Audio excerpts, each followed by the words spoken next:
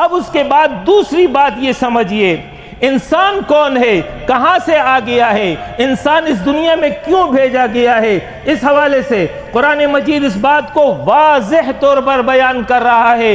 ہم نے آدم کو تخلیق کیا، نسل انسانی کی ابتدا سیدنا آدم علیہ السلام سے ہوتی ہے، ان کی اہلیہ سیدہ حوا، اس کو پیدا کیا جاتا ہے۔ پیدائش کے بعد دونوں کو جوڑے کی شکل میں جنت میں ٹھہرایا جاتا ہے۔ اسکن انت وزوجک فی الجنہ، تم اور تمہاری بیوی جنت میں ٹھہرو، جنت میں ان کو بھیجا تھا۔ لیکن یاد رکھیے اس وقت وہاں بھیجنا مستقل بنیادوں پر نہیں تھا، بلکہ عارضی طور پر ان کو بھیجا تھا۔ اس بات کو بتانے اور سمجھانے کے لیے یہ وہ مقام ہے، یہ وہ عیش اور عشرت کی جگہ ہے، یہ سکون اور اطمینان اور راحت کی جگہ ہے، لیکن اس کے لیے تمہیں زمین پر اترنا ہوگا، پھر زمین پر میرے بتائے ہوئے قانون کے مطابق، میری رضا کے مطابق زندگی گزارنی ہوگی، اور پھر اس کے بعد جب واپس آؤ گے تو تب اس جنت کے حقدار ہوگے۔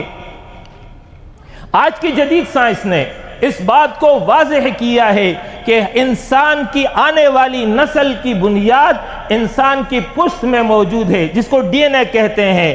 تو اس سے یہ بات معلوم ہوتی ہے کہ جب سیدنا آدم علیہ السلام کو جنت میں ٹھہرایا تھا تو وہاں پر صرف سیدنا آدم اور حوا ہی نہیں ٹھہرے تھے، بلکہ قیامت تک کے آنے والے تمام انسان گویا کہ وہاں موجود تھے۔ تمام انسانوں کو گویا کہ جنت میں دکھا دی گئی ہے کہ یہ وہ جگہ ہے راحت کی، سکون کی، اطمینان کی۔ شرط یہ ہے کہ دنیا میں جاؤ گے اور پھر وہاں پر اپنی مرضی سے اللہ رب العالمین کے احکام پر عمل کرو گے، تو تم جب واپس آؤ گے تو اس جنت کے حقدار بن جاؤ گے، اور اگر اس کی خلاف ورزی کرو گے تو پھر اس جنت سے محروم کر دیے جاؤ گے۔